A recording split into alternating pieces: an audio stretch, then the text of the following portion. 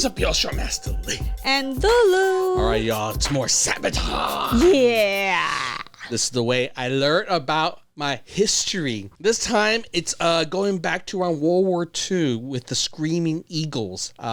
It's inspired by the 101st Airborne Division of the United States Army. So yeah, this is what this is all about. Screaming Eagles. Now, I'm not saying this is a funny thing, but when we think about Screaming Eagles, we got this impression of this majestic sounding bird. America, well, our national bird is the bald eagle, and it looks like a majestic bird. The sound of a bald eagle is actually the sound of a hawk, red-tailed hawk. Majestic. That's the a word hawk. majestic. But in reality, the sound of an eagle sounds like a canary. It's like a beep, beep, beep, beep. It's like a small... So we've been tricked the whole time to think that the bald eagles is big majestic. No, but then look. He looks like a strong... Oh, a bald eagle will tear your effing face off. I'm not saying it ain't strong. Yeah, no. It reminds me of Mike Tyson. Mike Tyson will beat the shit out of you, but the minute he's about to beat you up, he's like, I'm going to beat you up right now.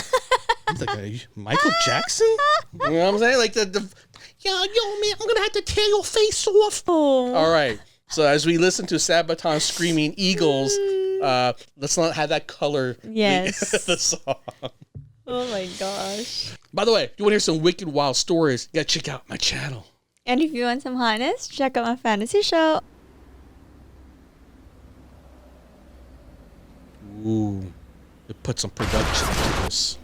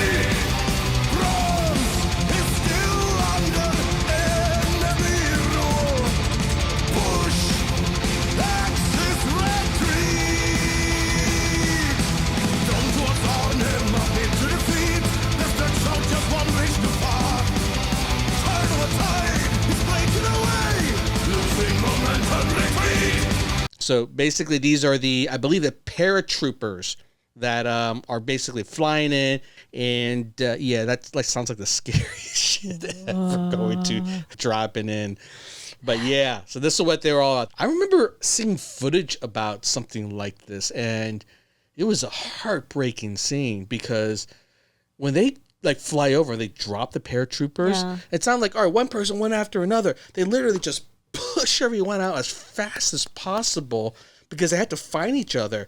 And so many of the people as are coming down, you can tell the parachutes are not opening or they were gunned out. So you just see the slow ones come down, which is a scary thought to be just shot out of the sky. But there's a whole bunch of other ones that are just in between where that's it. Your fighting days are over the minute you jump out of the plane. Right. It's so tragic. You could be dead and you haven't even... You could be dead before you even hit the effing ground. Oh my God.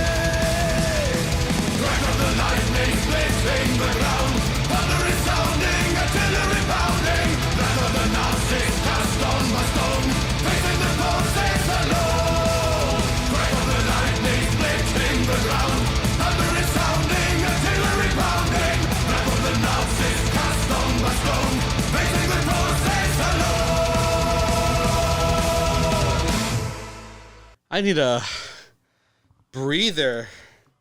That was like a real war movie. I know. They paid for that? It looked like they paid for that, yeah. Wow. Someone directed that, made that. Yeah. Someone should make a movie about the 101st Airborne. Or maybe there is one, actually. If you all know. I'd be interested in hearing about their story, because the way they make this sound is that you're dropped in, and then you have to kind of dig your own hole. Like, you're not actually coordinating with a bunch of other troops, but they're like maybe holding the line, trying to prevent them from coming further in. Wherever you land is like wherever you stake your ground. Oh, and my.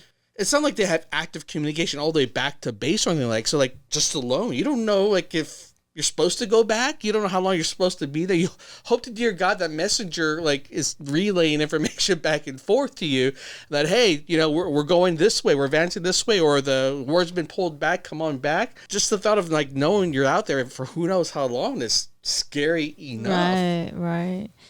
Well, that's the whole purpose of all the training, maybe, right? Before they throw you into that. The training part only goes so far until, what's that saying? Like, all the training in the world doesn't prepare you till you actually get hit in the face. I don't think that's exactly the way it goes or something like that, but they train you to prepare for war. But the minute you're in it, you just go by pure instinct at that point of, like, trying to survive.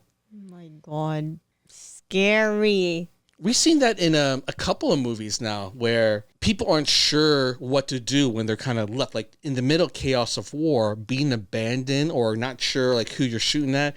Remember we were just watching a Black Hawk Down, and it was almost in there for a little bit of a comedic effect, but there was like 2 or 3 soldiers who were kind of left behind. They weren't sure. And one guy got deaf because he was shot so close, like he couldn't hear anything. And they're like, guys, I think we got left behind. He's like, no, this is where we're supposed to be, right? I told you, like, I was supposed to follow you. It's because they were told not to move, and the rest forgot about them. And then they just left them, and they just had like, I think we're supposed to run this way. No, I think we're supposed to run that way.